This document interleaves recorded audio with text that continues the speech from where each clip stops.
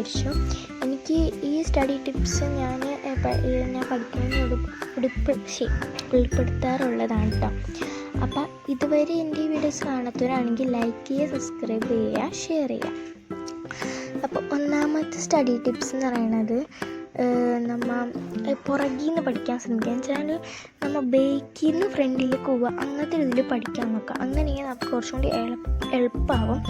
അപ്പോൾ പിന്നെ പുറകിൽ നിന്ന് വെച്ചാൽ ബേക്കിൽ നിന്ന് നമ്മൾ ഫ്രണ്ടിലേക്ക് പോവാം, അങ്ങനത്തെ രീതിയിൽ നമുക്ക് പഠിച്ചതിന് കുറച്ച് എളുപ്പമാവും. അതുകൊണ്ട് തന്നെ ഒന്നാമത്തെ ടിപ്സ് എനിക്ക് അതാണ്. ഇനി രണ്ടാമത്തെ ടിപ്സ് എന്ന് പറയുന്നത് നമ്മൾ ചെറുത് പഠിക്കാം. നമ്മൾ ചെറുതിൽ നിന്നാണ് പഠിക്കാം.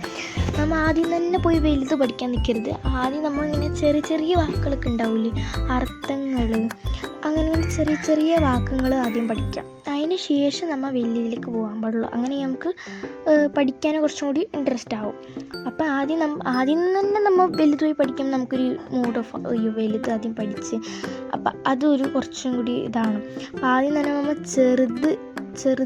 ചെറിയ അർത്ഥങ്ങൾ അല്ലെങ്കിൽ ചെറിയ എന്തെങ്കിലും വേർഡ്സ് അങ്ങനെ എന്തെങ്കിലുമൊക്കെ ഉണ്ടാവുമല്ലോ. അപ്പം അതൊക്കെ ആദ്യം തന്നെ അത് പഠിക്കുക. അങ്ങനത്തെ ചെറിയ കാര്യങ്ങളൊക്കെ നമ്മൾ പഠിക്കണം. ഇനി മൂന്നാമത്തെന്ന് പറയണത് നമ്മൾ ആദ്യം എല്ലാം നമ്മൾ 3 വട്ടം ഒന്ന് വായിച്ചു വെക്കണം. നമ്മൾ എല്ലാം 3 വട്ടം ഒന്ന് വായിച്ചു വെക്കണം. പക്ഷേ ക്വസ്റ്റ്യനും ആൻസറും എല്ലാം കൂടി 3 വട്ടം ഒന്ന് വായിച്ചു നോക്കി കഴിഞ്ഞാൽ നമുക്ക് ചെറുതായിട്ട് മനസ്സിലാവും. അപ്പോൾ നമുക്ക് പഠിക്കാൻ നേരത്തെ ചെറുതായിട്ട് നമ്മുടെ മൈൻഡിൽ നിൽക്കും. നമ്മൾ പഠിക്കാൻ സമയത്ത് നമ്മുടെ മൈൻഡിൽ നിൽക്കും. 3 വട്ടം ഒന്നും കൂടി എല്ലാം കൂടി വായിച്ചു നോക്കുമ്പോൾ നമ്മുടെ മൈൻഡിൽ നിൽക്കും. അപ്പോൾ ഇതാണ് എൻ്റെ 3 ടിപ്സ്. എല്ലാവർക്കും ഇഷ്ടപ്പെട്ടെങ്കിൽ ലൈക്ക് ചെയ്യുക, സബ്സ്ക്രൈബ് ചെയ്യുക. ബൈ.